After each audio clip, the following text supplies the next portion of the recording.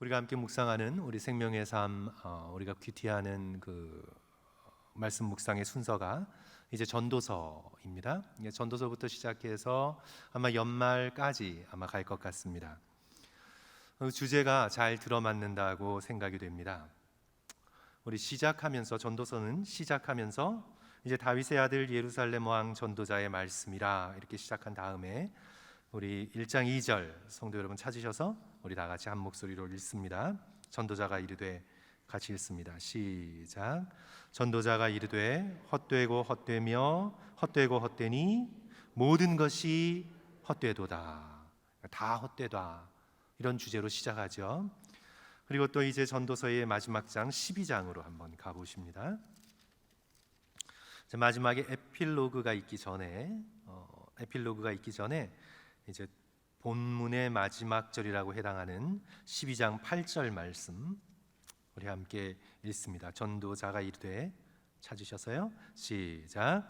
전도자가 이르되 헛되고 헛되도다. 모든 것이 헛되도다. 그러니까 1장 2절부터 12장 8절까지 헛되고 헛되며 헛되고 헛되니 모든 것이 헛되도다. 헛되고 헛되며 모든 것이 헛되도다. 그러니까 헛되다라는 것으로 열어주고 헛되다는 것으로 끝마치게 되는 그런 구조를 가지고 있음을 우리가 보게 됩니다.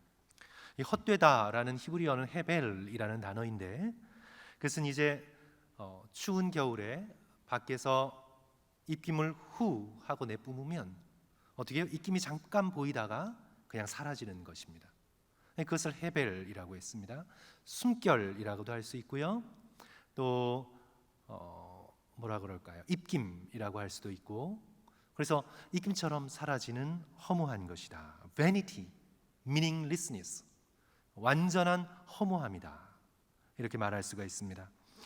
야고보서의 말씀이 생각나죠. 야고보서 4장 14절 중간 부분, 너희 생명이 무엇이냐? 너희는 잠깐 보이다가 없어지는 뭐라고요? 안개니라. 이것이 다 헤벨, 헛되다, 또 너희는 잠깐 보이다가 사라지는, 없어지는 안개와도 같구나. 다 통하는 말이죠. 이제 과연 우리는 이제 이런 질문을 하게 됩니다. 과연 솔로몬이 전도서를 통해 우리에게 전하고자 하는 말씀이 다 헛되다라는 얘기일까? 다 헛되다. 그냥 너무너무 헛되구나. 이것이 솔로몬이 자신의 지혜와 지식을 다해 우리에게 전하고자 하는 말씀의 핵심일까요? 모든 것이 헛되다라고 할 때 솔로몬은 그 모든 것에 하나님을 포함하고 있지 않아요. 그러니까 하나님을 제외해 놓은 모든 것을 얘기하고 있는 거죠. 그래서 우리는 솔로몬의 이 전도서를 읽을 때 성경 가운데 가장 철학적인 책이라고 얘기하는데, 이 솔로몬의 전도서를 읽을 때 우리는 이제 이렇게 이해하고 읽어야 합니다. 지금 솔로몬은 철학적인 실험을 하고 있는 겁니다. 일종의 생각의 실험, 사고의 실험을 하고 있는 거예요. 하나님을 빼놓고 모든 것을 한번 생각해 보자. 지금 그렇게 얘기하고 있는 것입니다. 하나님이 없다고 생각하고 하나님을 없는 것처럼 살고 있는 이방 백성들을 바라보면서, 그래, 하나님이 한번 없다고 해보자. 하나님을 빼놓고 나머지 모든 것이 과연 의미가 있는지, 나머지 모든 것에서 우리가 어떤 보람을 찾을 수 있는지 한번 생각해 보자. 그는 지금 철학적인 실험을 하고 있는 것입니다.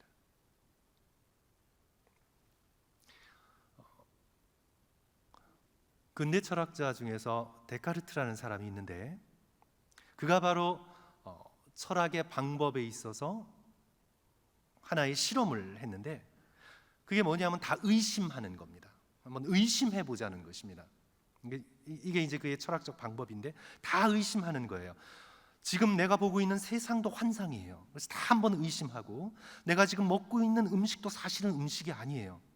그런데 음식처럼 내가 그냥 꿈속에서 맛있게 먹고 있다고 치고, 하늘의 별과 달도 또 하나님도 다 의심하고, 다 꿈이고, 다 환상이고, 다 거짓이라고 생각해서 다 의심하다가 결코 의심할 수 없는 것, 그 하나에 도달을 하게 됩니다. 그래서 뭐냐면 의심하고 있는 자기 자신. 그렇죠? 내가 지금 의심하고 있는데 다른 거 다 의심해도 지금 의심하고 있는 나 자신, 지금 의심하고 있는, 생각하고 있는 자기 자신은 의심할 수가 없는 거예요. 그래서 이제 철학자 이 데카르트가 근대 철학에 굉장히 큰 초석을 놓았는데 그의 유명한 명제죠. 나는 생각한다. 그래서 나는 존재한다. 자기 자신의 생각을 철학의 기초로 삼았습니다. 솔로몬이 지금 하고 있는 것도 결국은 마찬가지의 방법입니다. 지금 솔로몬은 사고 실험, 철학 실험을 하고 있는 거예요. 그래, 하나님이 없다고 한번 생각해 보자. 성도 여러분, 여러분도 그렇게 한번 생각해 보십시오. 여러분의 인생에 하나님이 없어요. 하나님이 정말 없다고 생각하고 여러분의 삶을 한번 생각해 보십시오. 그게 바로 이제 전도서에서 계속해서 나오고 있는 해 아래에서 under the sun 이라는 표현입니다. 타하트 쉐메시라고 그러는데 under the sun, 해 아래에서 생각해 보자. 해 위의 세계가 없다. 하나님의 보좌도 없고 하나님의 존재도 없고 하나님의 영광도 없다. 그래서 해 아래 세계만 있다고 생각해 보자. 저 위에는 아무것도 없다고 생각해 보자. 그러면 과연 우리의 삶이 살만한 가치가 있는 것인가 한번 곰곰이 생각해 보자. 그래서 이제 1장 3절 성도 여러분 한번 또 우리 1장이지만 우리 오늘 본문은 아니지만 우리 함께 찾아봅니다. 오늘 아침에 저희들 함께 나눴죠. 1장 3절 같이 읽습니다. 해 아래에서 시작. 해 아래에서 수고하는 모든 수고가 사람에게 무엇이 유익한가? 해 아래에서. 또 1장 4절 오늘 1장 14절 오늘 본문 자 1장 14절 같이 읽습니다. 내가 해 아래에서 시작. 내가 해 아래에서 행하는 모든 일을 보았노라. 보라 모두 다 헛되어 바람을 잡으려는 것이구나. 그렇죠? 내가 해 아래에서 행하는 모든 일을 보았노라. 전도서 전체를 통해 반복되는 표현 해 아래에서. 하나님을 빼놓고 해 아래에서만 생각해 보니 다 허무합니다. 헛되고 헛됩니다. 다 바람을 잡으려는 것 같습니다. 성도 여러분, 바람을 어떻게 잡나요? 바람을 어떻게 잡아요? 다 헛된 것입니다. 솔로몬이 하고 있는 이 철학 실험의 결론은 그러기에 해 위를 바라봐야 한다는 것, 하나님을 생각해야 한다는 것, 하나님 없는 삶은 부조리하고 헛된 것뿐이오니 전도서의 결론, 이제 전도서의 마지막 구절이죠. 우리 전도서 다시 12장으로 가셔서 에필로그에 있는 마지막 13절 14절, 이것이 이제 솔로몬이 정말로 하고 싶은 이야기입니다. 13절 14절 우리 다 같이 한 목소리로 읽습니다. 일의 결국을 시작. 일의 결국을 다 들었으니 하나님을 경외하고 그의 명령들을 지킬지어다. 이것이 모든 사람의 본분이니라. 하나님은 모든 행위와 모든 은밀한 일을 선악간에 심판하시리라. 그래서 전도서는 우리를 염세주의자나 또는 회의주의자로 이끌지 않고 해 아래에서만 생각하면 그럴 수 있죠. 그러나 하나님 없는 삶이 헛된 것임을 깨닫고 이제 다시 우리의 삶을 하나님 중심으로, 모든 인생이, 모든 세상이, 온 우주가 바로 하나님 중심으로 살 때에만 헛되지 않은 삶을 살 수가 있다고 강조하고 있는 것입니다. 이제 저와 여러분이 읽은 이 12절부터 18절까지 오늘 본문의 말씀은 솔로몬이 특별히 이제 지혜를 추구하고 또 지식을 추구하면서 삶의 의미를 계속해서 찾고 있는 그런 모습을 보게 되는데, 지혜라는 단어가 오늘 본문에 굉장히 많이 나오죠. 우리 지혜라는 단어 한번 좀 찾아볼까요? 오늘 함께 읽은 본문에서 우리 지혜라는 단어가 몇 번이나 나오는지 한번 찾아봅니다. 어디에 제일 먼저 나오죠? 13절 마음을 다하여 지혜를 써서 한번 나옵니다. 그리고 조금 나오지 않다가 16절 내가 크게 되고 지혜를 더 많이 얻었으므로, 그 다음에 내 마음이 지혜와 지식을 많이 만나보았음이로다. 또 17절 내가 다시 지혜를 알고자 하며, 또 18절 지혜가 많으면 번뇌도 많으니, 이 짧은 구절에 지혜라는 단어가 5번, 또 비슷한 지식, 다아트라고 하는데 지식이라는 단어가 2번, 그래서 7번 지혜의 지식이 7번 반복되고 있는 것을 우리는 보게 됩니다. 솔로몬은 지혜를 추구하고 또 추구하고 알려고 했지만 그 결론은 헛되고 근심만 안겨주는 것이라. 우리 18절 말씀, 지혜가 많으면 번뇌도 많으니 지식을 더하는 자는 근심을 더하느니라. 그래서 오늘 본문의 말씀을 저는 3가지로 나누어서 함께 살펴보고자 하는데, 첫째로 이제 하나님 없이는 나 자신을 알 수 없다. 그리고 둘째, 하나님 없이는 인생을 알 수가 없다. 하나님 없이는 세상을 알 수가 없다. 사고 실험을 하고 있는 것이니까 첫째로 하나님 없이는 나 자신이 누구인지를 깨달아 알 수 없다. 오늘 본문에서 솔로몬은 자기 자신을 굉장히 대단한 사람으로 여기고 있습니다. 왕으로 지혜자로 여기고 있죠. 12절 말씀 다시 돌아가 봅니다.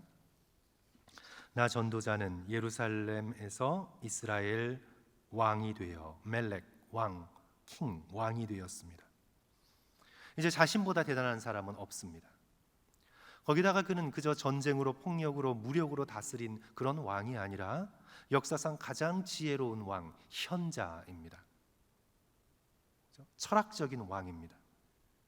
그래서 자기 자신을 굉장히 스스로 뛰어나다고 생각을 합니다. 16절 보십시오. 내가 내 마음속으로 말하여 이르기를, 보라, 내가 크게 되고 지혜를 더 많이 얻었으므로 나보다 먼저 예루살렘에 있던 모든 사람들보다 낫다 하였나니. 자기 자신을 굉장히 크게 본 거죠. 내 마음이 지혜와 지식을 많이 만나 보았음이로다. 스스로를 아주 높게 평가합니다. 나보다 먼저 예루살렘에 있던 모든 사람들보다 내가 훨씬 낫다. 내가 훨씬 더 많은 지혜와 지식을 가졌다. 그는 걸어다니는 백과사전이라고 할 수 있습니다. 걸어다니는 브리타니카라고 할 수 있고, 오늘날로 말하자면 브리타니카 안 보죠. 걸어다니는 위키피디아라고 할 수 있고, 물어보는 걸 하나도 대답하지 못함이 없습니다. 물어만 보면 다 나옵니다. 열왕기상을 보시면 시바의 여왕이 솔로몬의 지혜와 지식을 테스트하러 멀리 와서 10장 3절, 솔로몬이 그가 묻는 말에 다 대답하였으니, 다, 모든 것, 왕이 알지 못하여 대답하지 못한 것이 하나도 없었더라. 그는 오늘날과 같은 컴퓨터가 없고 백과사전이 없는 때에 그의 머리 자체가 백과사전이었습니다. 그는 이스라엘뿐만 아니라 세상에서 가장 뛰어난 지혜자, 그렇게 평가를 받을 수 있는 아주 높은 수준에 올라 있는 지식인이었습니다. 하지만 하나님을 제외해 놓으니 자기 자신이 누구인지를 전혀 알지 못합니다. 아무리 지혜를 추구하고 철학적인 지식을 추구해도 내 자신이 누구인가를 알려면 우리는 누구 앞에 서야 합니까? 하나님 앞에 서야 합니다. 사람 앞에 서서는 내가 누구인지를 알 수가 없습니다. 하나님을 경외하는 것이 지혜와 지식의 근본인데 하나님 앞에서만 내가 누구인지를 깨닫게 됩니다. 자신이 왕이고 전도자이고 지혜자 중에 가장 뛰어난 지혜자라고 사람들 앞에서는 그렇게 여길 수 있을지 모르지만, 우리는 하나님 앞에 설 때 내 자신이 가장 어리석은 자이고 가장 추악한 죄인이며 아무런 소망도 가질 수 없는 범죄자임을 깨닫게 됩니다. 로마서 1장 21절부터 23절까지의 말씀이죠.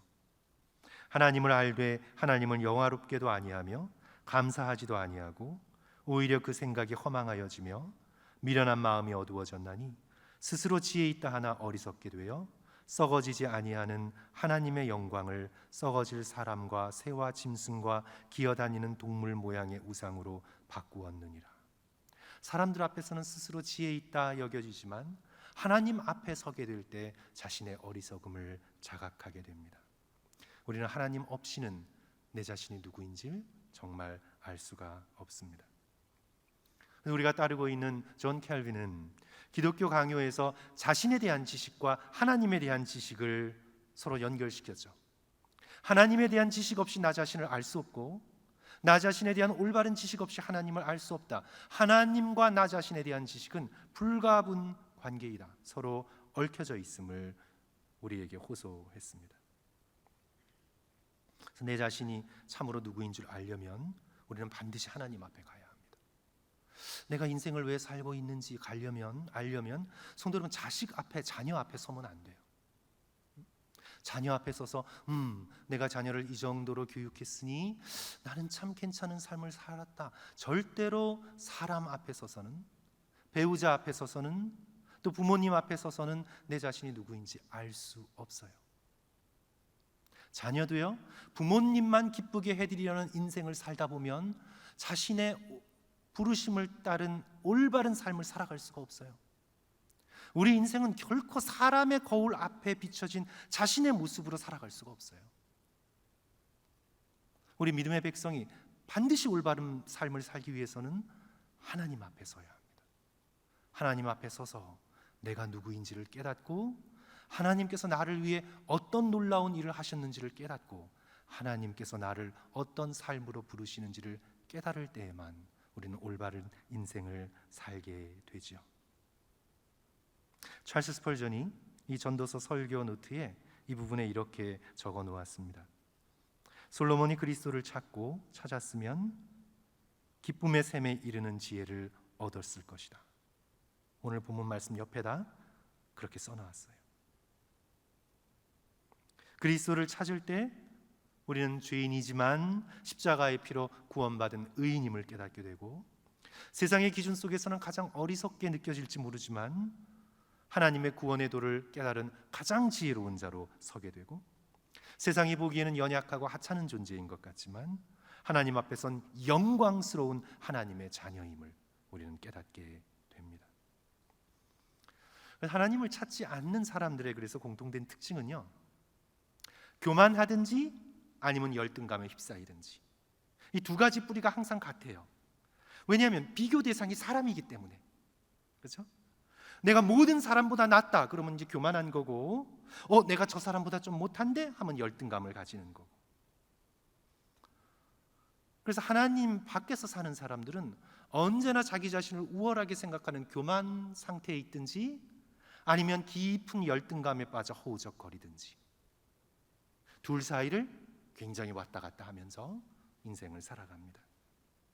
그러나 하나님 앞에서 인생을 사는 사람들은, 사람들이 나에 대해 세상이 뭐라고 평가하든 나는 하나님 앞에서 하나님의 자녀로, 하나님의 부르심 받은 백성으로 믿음으로 살아가게 되는 거죠. 그래서 사랑하는 성도 여러분, 다른 어떤 것보다 하나님과 함께함으로 인해서 언제나 내 자신이 누구인가를 올바로 파악할 수 있는 저와 여러분 되시기를 주님의 이름으로 간절히 축원합니다.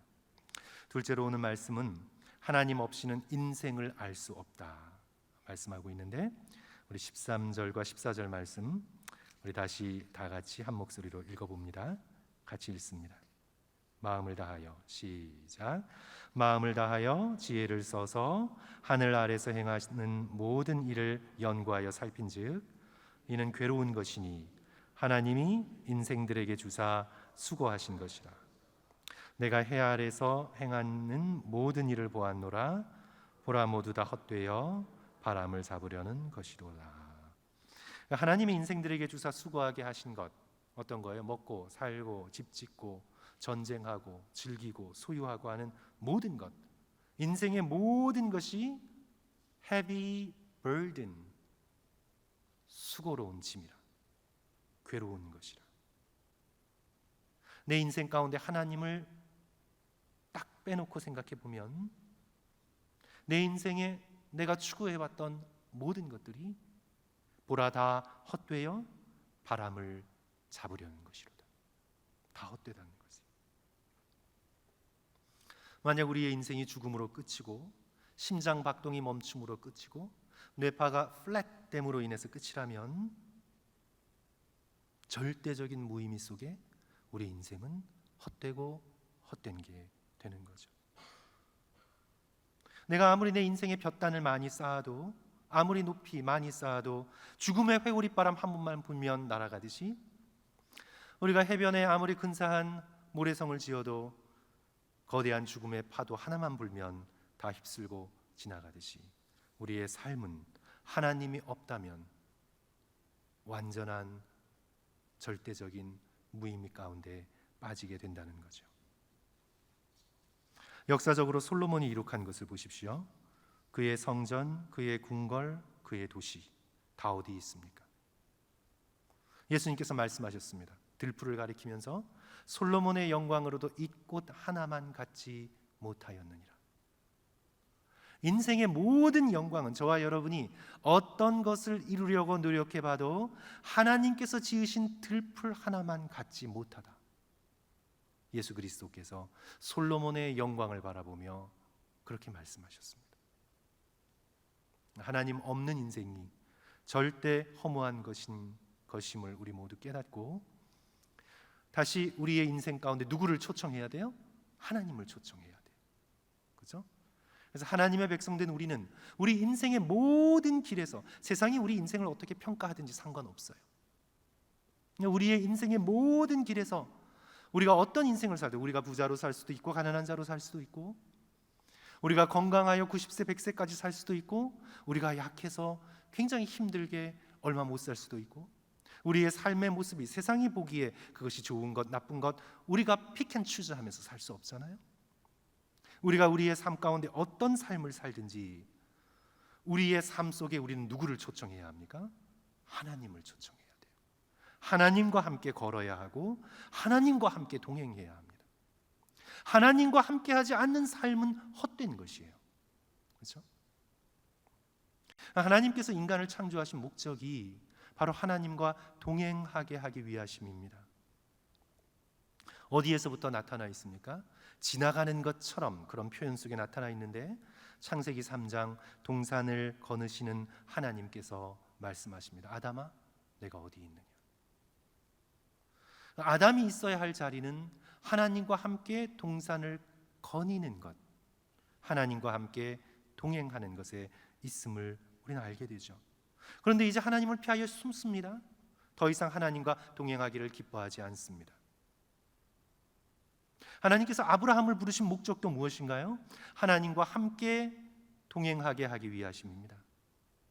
하나님을 피해 달아났던 사람들 중에 아브라함을 택하셔서 갈대아 우르에서 하란에서 불러내셔서 하나님과 함께 동행하고 하나님께서 주시겠다고 약속하시는 약속의 땅에 동거하게 하시기 위하여 하나님께서 아브라함을 부르신 거예요. 그로 부자가 되기 위하여, 그로 대단한 족속의 어떤 우두머리가 되기 위해서가 아니라 그로 하여금 하나님과 함께 동행하는 백성이 되기 위하여 그를 불러내신 거죠. 애굽에서 종살이하던 이스라엘을 구원하신 목적이 무엇입니까? 광야로 인도하여 하나님과 함께 동행하는 법을 가르쳐 주시기 위하여 약속의 땅에 함께 살게 하시기 위하여 하나님과 동행하고 하나님과 함께 살아가는 것, 그것이 바로 우리 인생의 목적이고 그것이 바로 천국의 놀라운 영광임을 우리는 보게 되죠. 하나님을 떠난 우리를 불쌍히 여기셔서 독생자 예수 그리스도를 이 땅 가운데 보내시고 우리와 함께 걷게 하시고 나를 따르라고 날마다 초청하시는 예수 그리스도의 음성을 기억하면서 사랑하는 성도 여러분, 일상의 순간순간마다 하나님과 동행하시고 예수 그리스도와 함께 걸으시는 저와 성도들 되시기를 주님의 이름으로 간절히 축원합니다. 마지막으로요, 하나님 없이는 이제 세상을 알 수 없습니다. 우리 17절 1장 17절 다 같이 한 목소리로 읽을까요? 내가 다시 지혜를 알고자 하며 시작. 내가 다시 지혜를 알고자 하며 미친 것들과 미련한 것들을 알고자 하여 마음을 썼으나 이것도 바람을 잡으려는 것인 줄을 깨달았노라. 아멘. 솔로몬은 욕심이 있었어요. 그것은 어떤 욕심이냐면 세상을 다 알고 싶었어요. 세상을 다 이해하고 싶었어요. 그래서 그는 지혜와 지식뿐만 아니라 미친 것과 미련한 것들까지 알고 싶었어요. 세상 전체를 다 이해하고 싶었어요. 보이는 물질 세계뿐만 아니라 보이지 않는 정신 세계까지 그는 다 알고 싶었어요. 그래서 지혜를 추구하고 지식을 추구했어요.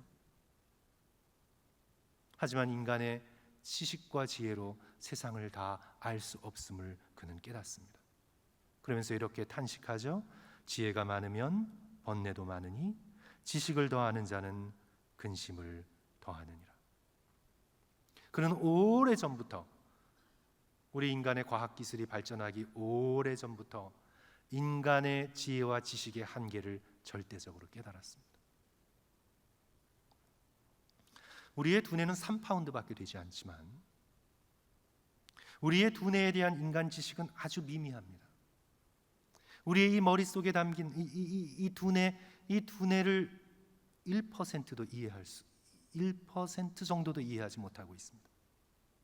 아무리 지식이 발전해도 인간 지식이 꿰뚫고 들어갈 수 없는 신비의 영역이 점점 더 많아지는 것을 보게 되지요. 우리 거대한 우주도 마찬가지입니다. 과학자들이 우주를 다 아는 것처럼 얘기해도요, 성도 여러분 잘 몰라요.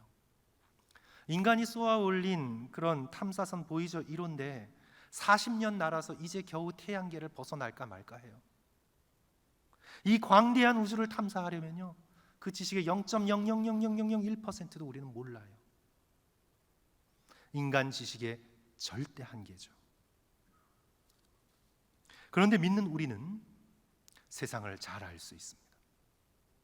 과학적 지식과 비교할 수 없는 영적인 지식으로 인해 우리는 이 세상이 어떤 것인가를 알 수 있어요. 이 세상은 하나님의 창조물로서 하나님의 진리와 하나님의 영광과 하나님의 신비가 가득한 곳이다. 성도 여러분, 시편 19편 1절부터 4절까지 우리 찾아서 한번 읽겠습니다. 시편 19편 1절, 2절, 3절, 4절 우리 한 절씩 교독하시고 마지막 절 함께 읽을까요? 하늘이 하나님의 영광을 선포하고, 같이 읽습니다. 구약 성경 815쪽인데요. 자, 제가 읽을게요. 하늘이 하나님의 영광을 선포하고 궁창이 그의 손으로 하신 일을 나타내는도다. 날은 날에게 말하고 밤은 밤에게 지식을 전하니 언어도 없고 말씀도 없으며 들리는 소리도 없으나, 같이 읽습니다. 그의 소리가 온 땅에 통하고 그의 말씀이 세상 끝까지 이르도다. 하나님이 해를 위하여 하늘을 장막에 베푸셨도다. 아멘. 하나님을 모르는 뛰어난 과학자보다 하나님과의 깊은 교제 가운데 있는 한글 한자도 모르는 시골의 노인분들이 훨씬 더 세상을 잘 알 수 있어요. 아무리 세상을 잘 알아도 하나님을 모르면 세상을 모르는 거예요. 그러나 과학적 지식이 없고 글을 배우지 못한 분이라도 하나님을 깨닫고 하나님과의 깊은 교제 가운데 이 세상이 하나님의 말씀으로 만들어졌고 하나님께서 이 세상을 다스리고 계시고 하나님께서 온 우주 만물의 주인이 되시는 것을 깨닫고 깨달은 사람은요, 이 세상을 꿰뚫어 볼 수 있는 놀라운 영적인 통찰력이 있어요. 지혜는 하나님께로부터 오는 거예요. 참된 지식은 하나님과의 관계 속에서 얻어지는 것입니다. 성도로 말씀을 정리합니다. 이제 솔로몬이 사고 실험, 철학 실험을 하고 있는데, 하나님 없이는 나 자신을 알 수 없습니다. 내가 살아가고 있는 인생도 왜 사는지 알 수 없습니다. 또 세상도 알 수 없습니다. 하나님 없는 세상에서 내가 행하는 모든 것들이 바람을 잡으려는 것처럼 헛된 것입니다. 그러므로 우리 믿음의 백성은 하나님께서 당신 자신을 가장 놀랍도록 계시하신 갈보리의 언덕 십자가 앞에 서서 내가 누구인지를 날마다 확인하며 일상의 삶 속에서 하나님과 늘 동행하며 그리하여 헛된 인생을 살지 않고 세상의 지식을 추구하되 이 세상의 모든 것들이 하나님의 영광을 드러냄을 믿고 감사하고 찬양하는 참된 지혜자, 또 참된 하나님의 계시를 깨달은 자로 살아가시기를 주님의 이름으로 간절히 축원합니다.